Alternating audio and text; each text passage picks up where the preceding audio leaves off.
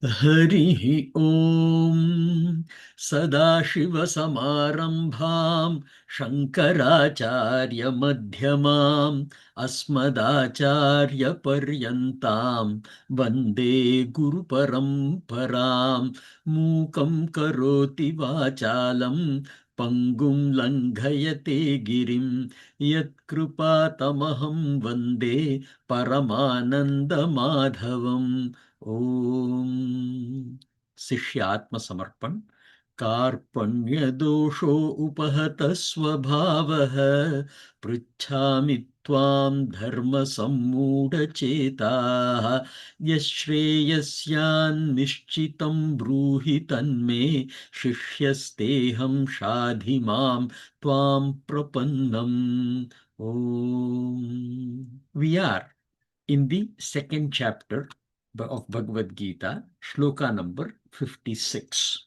As I mentioned earlier, this whole section of Sthitapragya Lakshan is a very beautiful section in the entire Bhagavad Gita. And this shloka and the next shloka are, in my opinion, to me, are one of the most beautiful expressions. So let us recall what Bhagavan said in the 55th shloka. The 54th shloka was the question: how can one identify the Sthita-Prajña? Was the question. For that, Bhagavan answered that Prajahati yada kaman sarvan partha manogatan atmani eva atmanah tushtaha Sthita-Prajñah tada uchyate. After having explained that one who is well settled in himself, one who is able to rejoice in his own presence, needing nothing else, and one in whom all the kama, all the desires have been removed. Prajahati yada kaman sarvan, all of them, is the key thing that Bhagavan said. After that, he is going to continue the explanations of what are all the characteristics of Sthita-Prajña. In this shloka, Bhagavan says, Dukkeshvanudvignamanaha sukheshu vigataspruhaha vitaraghabhaya krodha stitadhirmuniruchyate. Bhagavan says, Dukkeshu anudvignamanaha. Right? Dukkeshu is when experiencing difficult times. Anudvignamanaha, without being agitated. Manaha represents the mind. An immediate experience reflecting in an expression is pretty natural. We are not talking about that. The anu will qualify it. When we go into analysis, we will see it a little more. Sukheshu, when experiencing desirable times, vigata spruhaha, without being elated, without being in a state of rejoicing. Vita raga bhaya krodaha. Vita is free from, ragaha is attachment, bhayam is fear, and krodaha is anger. Sthitadhihi munihi uchyate. Such a person is called the Sthitadhihi, one whose dhimata is sthitham. He is the munihi, is the way that Bhagavan says in this shloka. Let us analyze this, as this is a very beautiful part to be analyzed. So, what would be a Jñānī's bhāvanā, the attitude? This is in response to Kimasita.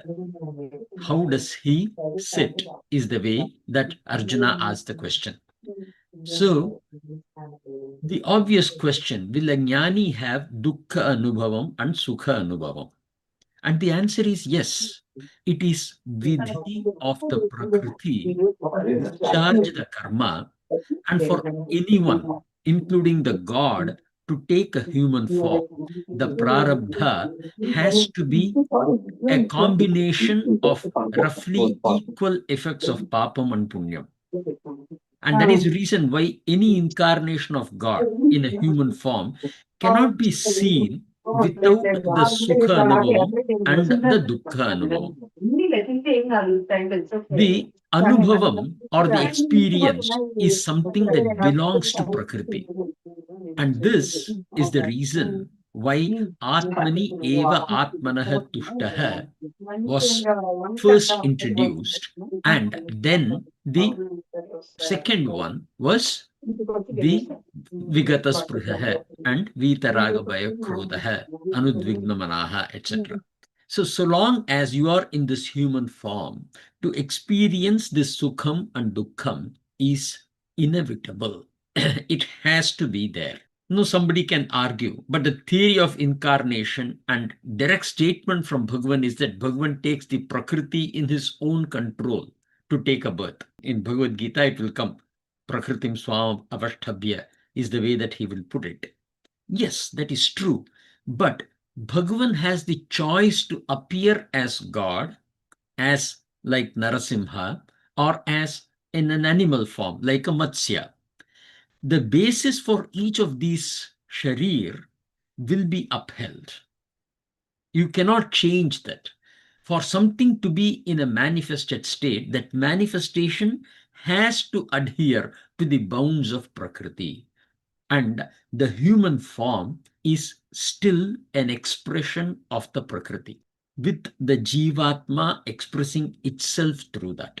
If that be the case, then the experiences as provided by the Prakriti in accordance with the rules of that Prakriti has to be applied on this body as well. So this is what the traditions teach us when we talk about dukkheshu anudvigna manaha and sukheshu vigata spruhaha. Now the question is there a valid praman to someone saying this, saying roughly equal, that you have to have the papam and punyam coming together kind of a stuff? Is there any valid praman? Now, Shastra doesn't exactly says it as roughly equal or 50%, 50%, etc. It doesn't say an arithmetic number. Shastra's expression can be said as human birth is the result of a mixed profile of karma, right? Which is neither overwhelmingly punyam nor overwhelmingly papam. Now, that can be interpreted, and that is being interpreted by the traditions as 50% or roughly equal. Now, what are the references that we give for that? We give Bhagavad Gītā, we give Chandogya Upanishad, and we give Manusmriti. The indirect reference comes in the Bhashyam of Katha Upanishad in Shankara's tradition. How does Chandogya Upanishad say? Ye sukritinah te sukrityam yonim apadyante ye duḥkritinah te duḥkrityam yonim apadyante. The human is between the two, that is derived. Acharya will clarify this as human birth is the field of action. It is karma kshetram, not the field of enjoyment. Bhoga kshetram. Enjoyment in the sense not pleasure alone, of experience. It is not a field of experience. It is a field of karma kshetra. It is a field of action. Now, in Manusmriti, it is even more direct, right? Where it says, if it is predominantly punya, it is deva yonihi. If it is predominantly papam, adhama yonihi. And if it is mixed, then it is manushya yonihi. So there is a clear direct reference in Manusmriti for it. In Bhagavad Gītā, chapter 6 and chapter 13, we will see a little more detail in terms of how Bhagavad Gītā communicates it. The traditions have used the analogy that for the vivekam to come to life, it requires three conditions: capacity to inquire, capacity to suffer, and capacity to make a choice. The way that it looks at it logically is, if there is too much pleasure, it will distract you. If there is too much pain, it destroys you. But the human condition, when the mind is balanced, is in such a state that it can awaken you. That is what the Shastra puts as an argument to say that this, papam and punya mixture is required for a Manushya Yoni. And if you are born in the Manushya Yoni, this papam has to be discharged in the form of duḥkham, and the punyam has to be discharged in the form of sukham.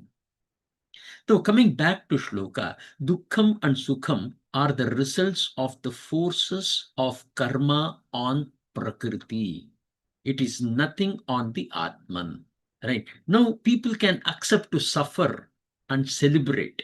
A Sthita-Prajña will neither take to suffer nor will the person rejoice. The Atma will remain a witness to the forces of karma on Prakṛti and will neither desire nor reject that which the forces bring on to you. That is the core message that this shloka brings to us. Anudvigna manaha. Now this can be broken into anu plus ud plus vigna plus manaha. Anu is following. Rama went, Lakṣmana anugacchati. Right. So Lakshman followed Rama is the way that it comes. That anu will be used as something that is following. Following what? The experience of duḥkham. Ud represents upward, outward, or eruptive, basically leading to the issue intensifying in you.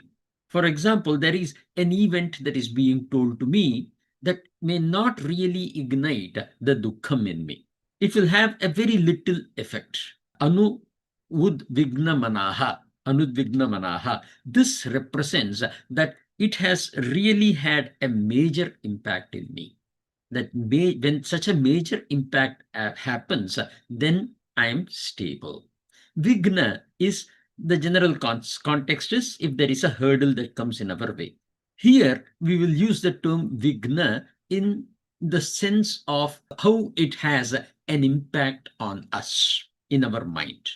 That is the disruptive extent of an event in your mind preventing you from acting in the same way. That is the context that we put for vigna.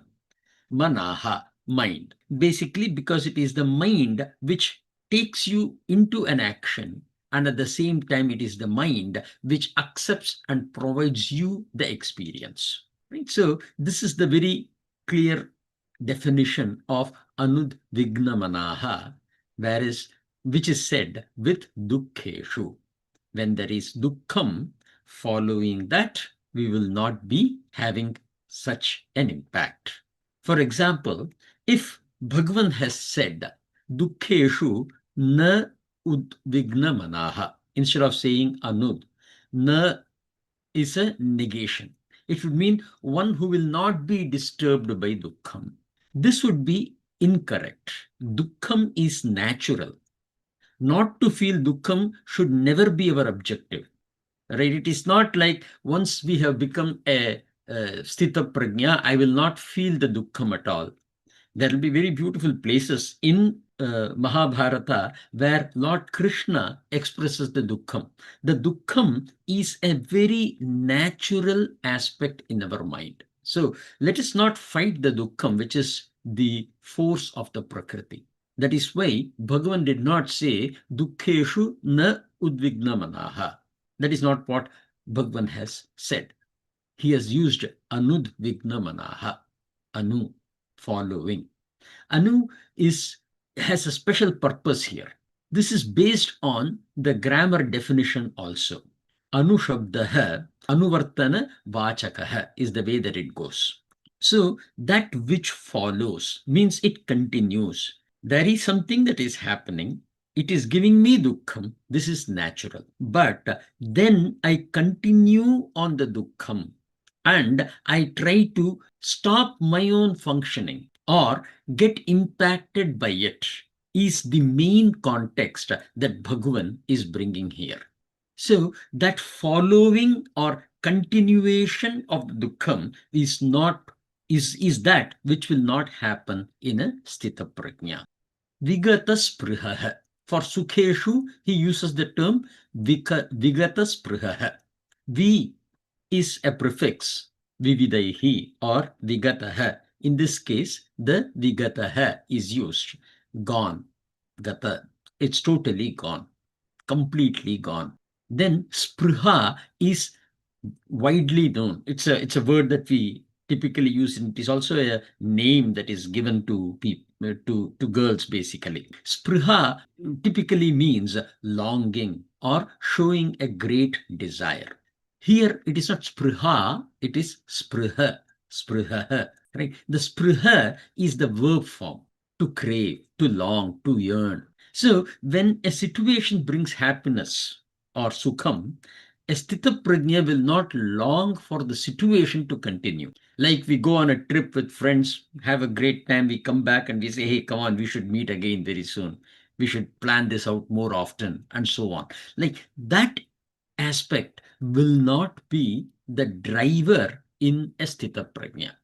The attachment or want will cease to exist. Sukham and dukkham. These are the results of your attitude towards your prārabdham. So what it means is, in the prakritic force, the anatma continues its journey. It doesn't change at all. It continues its journey. And based on how the anatma continues, the existence of a specific jivatma in that will change.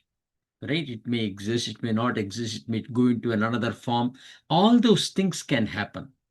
But the continuous change in Prakriti is inevitable, and that will always give you, who is in this Prakritic form of a human or Prakritic form of a monkey, of a snake, whatever it is, in that particular form, you will continue to experience that particular change. By stating anudvigna manaha and vigata spruhaha, Bhagavan is establishing that situations that are prārabdha driven is not in our control. They will happen as a niyati of the Prakriti. It is the nature's law which is going to drive the change of the bodily aspects. But what is in our control is how I receive that prārabdham. To experience the sorrow as well as the happiness is natural. Your control lies in how you develop the attachment or aversion towards such a situation. Once you realize that me having the dukkham, or me having an anger, me having any kind of emotional response to a change has no meaning at all, because the change is very natural. And we are only working towards making that particular, change towards a specific goal as much as possible. Right? I know there is a sport wherein they throw a marble and then somebody will scrape the eyes in front, and they will try to make a path for that to come to a specific target. That is our role. And there is no point in saying, hey, I could have done that. Because if you say that, that marble would have slipped. You have to continue till it reaches the spot that you are trying to take it towards. The change of the Prakriti is not in our control, is the bottom line. You can develop abilities to make sense out of what is actually changing and how to apply it in your life for the next set of action. That is vivekam. When we develop this vivekam, the sukham and dukkham will continue to exist, will continue to be experienced, but they will stop from impacting you in the way that you are planning to proceed in your next steps. That is the way that we should all look at this explanation. Moving further, Vita Raga Bhaya Krodha. Vita, that which has naturally fallen away and lost its power. It doesn't bind. Why? Because of the clarity of understanding. Let us understand this upasarga. The root is E, which means to go. So Vita, it is made of V plus E. The E is the root. The prefix V enforces a completeness. As again, Visheshena is the applied meaning of the V as a prefix. Thus, the meaning is one for whom it is completely gone. In dictionary, you can see the meaning for this word as worn out. If you look for Vita, it will be worn out, vanished, lost, removed, hidden, etc. We have known that in Sanskrit, a word doesn't give a name to some situation. Rather, an object, be it contextual, conceptual, or a physical object, that object's property defines what that is being addressed as. That is why Bhagavan has 1,000 names. It is not that there has been 1,000 names given to him. These are the properties of God through which we are looking at the God. And hence Sahasranama comes up. Similarly, here we need to understand that the Vita, though we can call it as worn out, vanished, etc., the Vita basically means to have completely gone. Worn out, for example, is Vita because the usefulness has completely gone, or lost because the ownership has gone. So these are all the way that we interpret this particular word. Bhagavan did not say nashta ragabhaya krodha. It will come very well within the sandhi, right? Instead of saying vita ragabhaya krodha, if Bhagavan has used nashta ragabhaya krodha or kshina ragabhaya krodha, it will still be absolutely poetic, or it will fit the rule of the poetry. So it is not because of that. He wants to be very clear. It is vita, which is completely gone.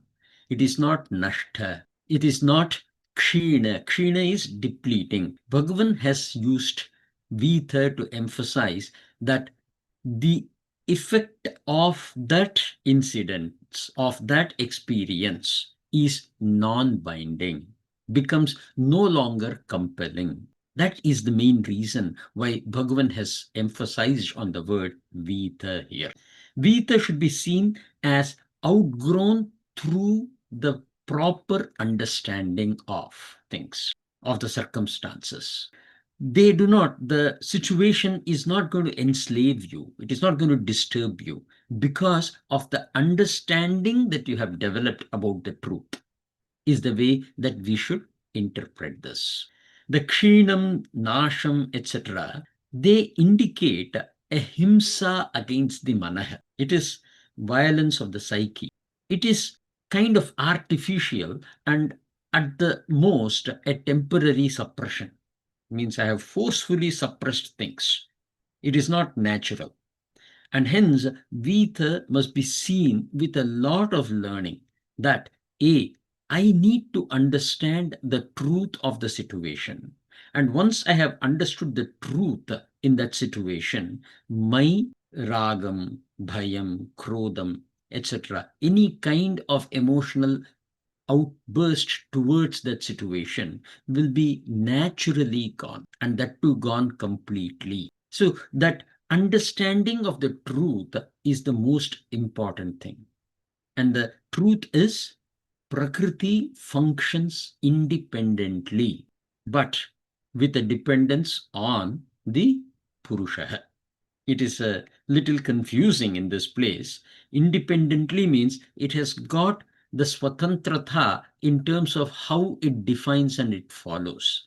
But for it to apply that intelligence to follow that, it is dependent on the conscious principle, which is the Atman, which is the Purusha. Most important thing for us to realize is that which has happened in this world has happened as part of the prakritic forces, which are beyond our concept of understanding. The science is trying to define it because Prakriti follows a rule. It is trying to understand as much of rule as possible.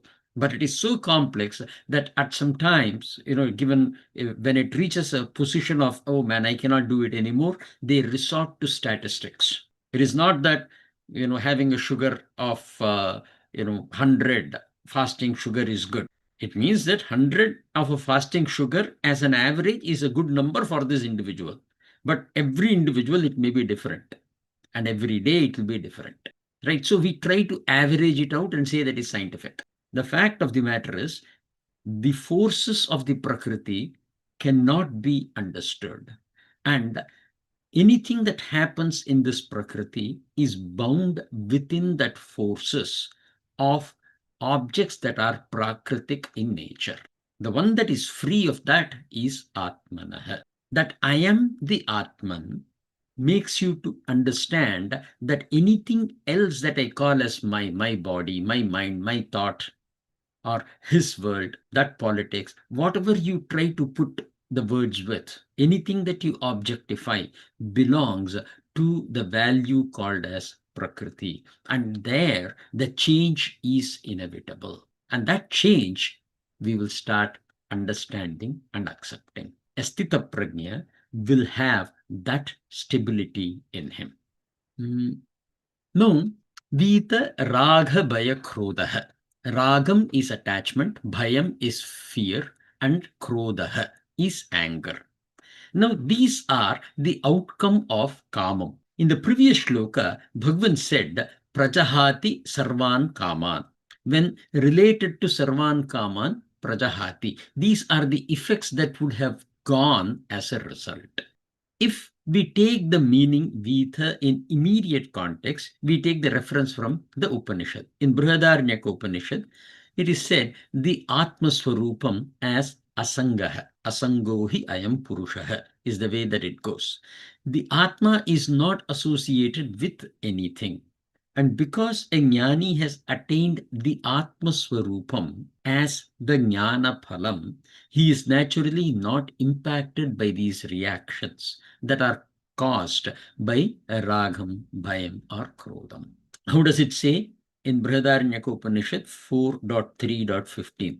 Beautiful dialogue between King Janaka and Yajnavalkya. And in this mantra, Savayesha Mahanaja Atma Yoyam Vijnanamayah Praneshu Ye Yeshantar Hridaya Akashah Tasmin Ayam Purusho Manomayah Amruto Hiranmayah Antaryami Ya Eshaha Asangohi Ayam Purushaha is the way that entire mantra goes. Yaha Ayam Vijnanamayah Praneshu. Now this part establishes that Atma, which appears to be that of Vijnanamayam and Manomayam, which is Pranamayam. He uses the Vijnanamayam and Pranamayam. We should include the Manomayam in that as well. Which appears to be in the form of Buddhi and Pranan, is actually Mahan, great, vast, limitless, unborn. That is, he uses Ajaha. Amritaha is deathless. So the property of Atma is Mahan, Ajaha, and Amritaha. Hiranyamayaha. Hiranyamayaha is basically golden, and shining is the way that it is being expressed. That is to say, Atma is self-illumined. Right? Swayam Jyoti Brahmanam it will come, wherein it is established that Atma is Swayam Jyotihi. That is what the Hiranmayaha will represent. Then Manomayaha. This should be going with our other one. Should be understood as that which appears as though pervading the mind. Because mind is the first instrument from where the Atma, the Chaitanyam of the Atma, is seen to be illuminating you. It is through the mind that we see everything. So we need to be able to differentiate between the two. That which appears as though pervading the mind, which is in the form of mind. The term Antaryami is the important classifier. He is within, yet he is the controller. A controller and controlled becomes the context here. When we say Manomayaha and Antaryami, the establishment is that it is not Man. It is the controller of the Man. And that Man is different. That is established in this mantra. And the asangaha is also an important point to say that though this relationship is like this, as though it is the manaha, it expresses, yet it is the antaryami, the one which controls it, and it is asangaha, which means it does not bind with it. It doesn't become one with it. So those are all the things which are paramount to understanding me as a human being. That my buddhi, my mind, manaha, or my shakti, which is pranaha, they are all, yes, they have an ability, they have some capability. Those capabilities are based on what the Chaitanyam, the Atma, gives it. And by providing the Chaitanyam, Atma remains the controller. Then you don't see yourself as the Atma. And when you see yourself as the Manaha, you become one who is controlled by the Manaha. You are not able to take control of your own Manaha. So here in the term Vitaraga Bhaya Krodha, Bhagavan is emphasizing that one who has made this realization and has let go of all the influences of the mind, from the experiences that it is having as an Atma in this form. So that is the way that one should try to understand what Bhagavad Gītā and Bhagavan says here to us. Vitaraga Bhaya Krodha. Asangaha is Atma Swarupam. Okay, when one is asangaha, even to one's own indriyas, that is the emphasis that is being placed here, the result is satsangam, which is nitya sattvastaha, as a way of life. The thing that is conveyed in this darshana is a very subtle one, actually. What it says is, when once one becomes asangaha towards his own indriyas, which is manas and the 10 indriyas, 5 karmendriyas and 5 jnanendriyas, when I remove my attachment, or when I don't see myself in that, when I realize that it is my mind and I am not the mind, that distinction is happening. The result is satsangam. And there, the nitya sattvastaha as a way of life is established.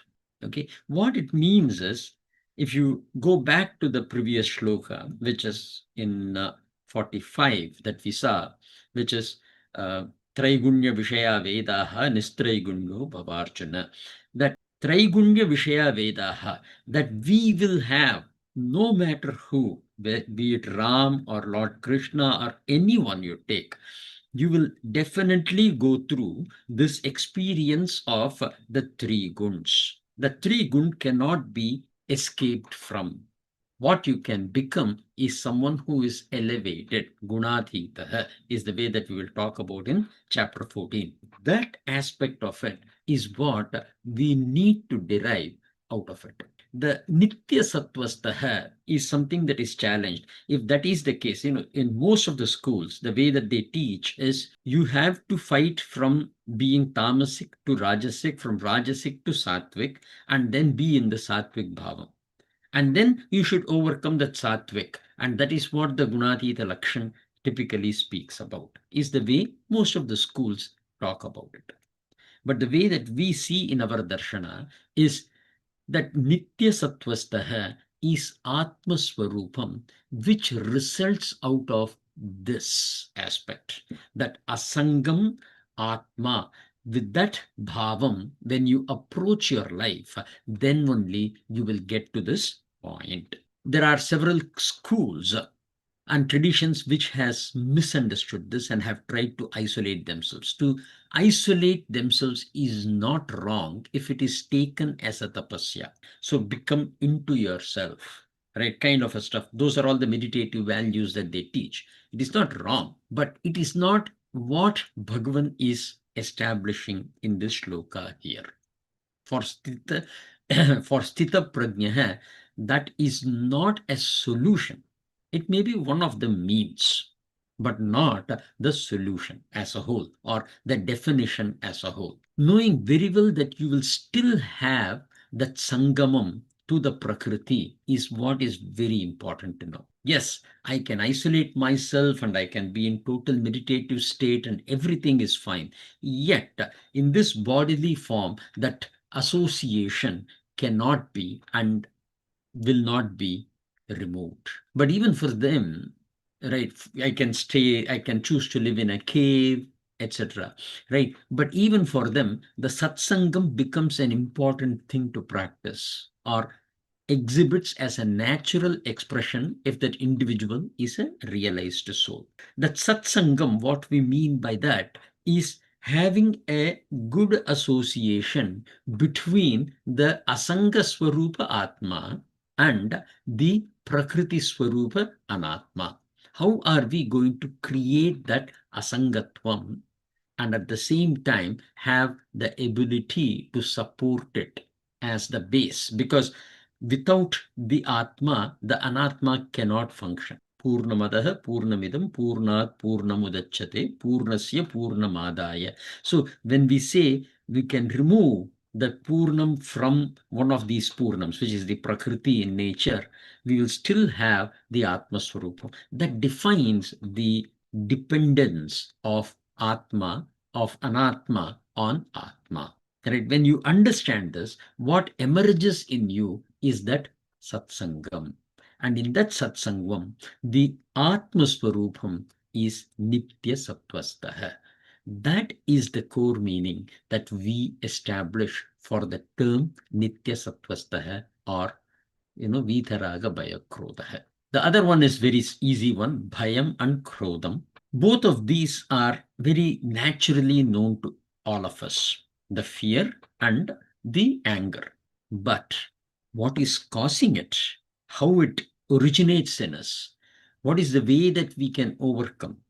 As part of the Devim Sampath and as part of the Jnānam as defined by Bhagavan in chapter 13, we will do a lot of in-depth analysis. I will reserve it for that time. But for here, let us just understand that bhayam is caused by a kind of ragaha, which is attachment, which takes the form of dependence. The loss of that which you see as your life to be dependent on. I depend on this. What will happen if in case it is gone?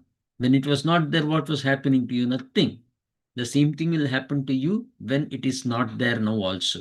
So it is not, my life is not dependent on it. It is the Prakṛti kamsam to go through those changes. We will follow those changes. The other one is the primary cause of fear. In terms of krodham, it is another kind of raga, which takes the form of expectation. I want it to be like this, or I want this to be done, or I want this to be won by me. This desire to possess something.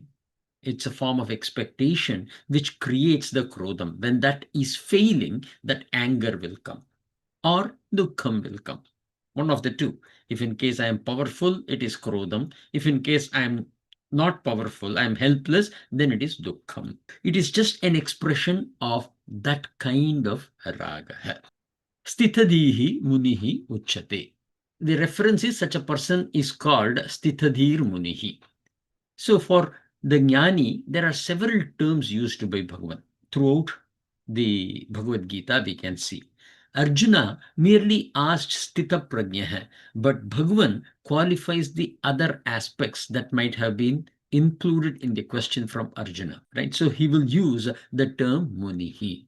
For example, in the 55th Shloka, he uses the same term that Arjuna had used, Sthita-Prajña. In the 56th Shloka, he is using Sthitadhihi, and he is also used munihi.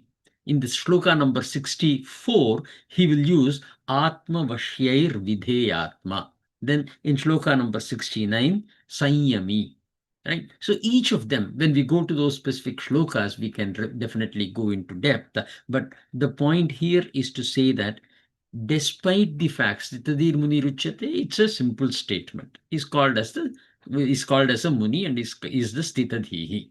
But the way that we go into this word and try to understand the importance of it in the shloka is to say that, hey, Arjuna asked, what is Sthita-Prajña? Why are you introducing Sthita-dihi? Why are you introducing Munihi? Now, when you explore that, the way that we derive at a possible conclusion is Bhagavan has understood the depth of Arjuna's question. And instead of just telling the word that he has spoken about, there are other aspects as well, which I should include and present it. So, Sthita-Prajña, one who is well established in his prajna, right? In his Jnana Swarupam, that Sthita-Prajña. Sthita-dihi, one whose intellect remains steady. Now, intellectually understand the truth, yet still react, emotionally. Dihi, right? Means yet still be stable in his reaction. Munihi, reactions and speech are naturally restrained. One whose mind abides in truth and therefore does not need to react outwardly. The 64th is Atma Vashya Vidheyatma. Right? Senses are governed, they are not suppressed anymore. One whose inner instrument is obedient and well governed. That is what he is trying to establish in the 64th shloka. So he uses that term. Sanyami, inner order that naturally comes without putting a conscious effort. Sanyam, Sanyam Rakhna, is the result of clarity, not cause of wisdom. That is something that we need to understand. Once a person is absolutely clear, they will be very, very controlled in their nature. Absence of inner pressure is the value that will come into it. So the several names that he has used to explain the question are basically indicative of all the qualities that are as part of what Arjuna coined the word as Sthita-Prajña. In Bhashyam, Bhagavan makes it very simple and small. The sage who is free from attachment in all things. Sarvatra anabhisneha, even in relation to his own body and life, and who, upon encountering both good and bad circumstances, does not rejoice in the good, nor does he hate or resist in the bad. Such a person is free from emotional swings like elation and depression, is the way that Acharya has given the Bhashya. The inner stability, freedom from emotional turbulence, becomes the firm ground for higher wisdom, which is prajna, the wisdom born of self-discrimination, which is vivekajaha. A Sthita-Prajña is free from attachment to anything, even body and life, unshaken by success or failures, pleasure or pain. He is neither overjoyed by good fortune nor feels dejected on misfortune. And because of this inner steadiness, his wisdom becomes firmly rooted. He is free from dependence on circumstances for happiness. So what here Acharya has said, and that I have not included in whatever I have said so far, is this relates to the previous shloka. I started with saying how this previous shloka is connected, but Acharya is making it very clear to say that for one to be happy of his own self, swasmin rameti iti ramah, we have spoken about it, right? This ability for us to be able to find the entirety within myself, this is related to this steadiness. So he says that these two are linked, as in, if you don't get this, duḥkheṣu anudvigna manaha and sukheṣu vigata spruhaha, then the other element of being atmani eva atmanaha tushtaha will not be possible, is the way that Acharya has put it. With this, we can go to shloka number 57, but given the time is 7:22, we can take a break. Similar is going to be the context in the 57th shloka as well. In fact, from one point of view, it can be even seen as a repetition. Here it is yaha sarvatra anabhisneha, right, which is not becoming too friendly. Tat prapya shubha shubham. He is using shubham and ashubham. And nabhi nandati na dveshti. Neither he becomes overjoys it, na dveshti, nor does he have the dvesh towards it. Tasya prajña pratishtita. There is a very subtle and a beautiful difference between the previous shloka or the 56th shloka that we just saw and this one. And we will do that analysis in our next class. Shrikant Bhaiya, Ramani Bhavi? Yeah, Guruji, this has been a nice session. Uh, no questions as such. As you know, we're reeling from Shreya's loss, but I think as we heard the session, we're reflecting on this, and in as much as it makes sense that at least what I took away from the session was the ability to be detached and not get sucked into being angry or being sad or happy about something. The ability to hold within that state and find that joy or everything within you is Sthita-Prajña. Obviously, we are not in that mode right now, but but uh, but I hope as we go through this journey, Yeah. we will get there. Hopefully, yeah. Absolutely. And we will continue our prayers. I am still not completed with the 18th chapter chanting. I will let you know once that is done. Thank you And so much. the other most important thing is you said that we are still not there. And I'm saying that you are already there. The Sthita-Prajña is the truth. The moham or the delusion is that I'm not a Sthita-Prajña. I'm still this. The fact is you are actually a Sthita-Prajña, but because of your ignorance that I am a Sthita-Prajña, you are being bound to the Prakṛti kamsam. That ignorance being removed is what is key in the Advaita Darshana. That's very helpful. Thank you. Absolutely, sir. Does Bhavi have any question? Thank you. And with this, we will conclude our class today and meet again in our next Wednesday class. Harihi Om Purnamadah Purnamidam Purnat Purnamudachyate Purnasya Purnamadaya Purnameva Vashishyate Om Shanti Shanti Shanti Hari Om Tat Sat.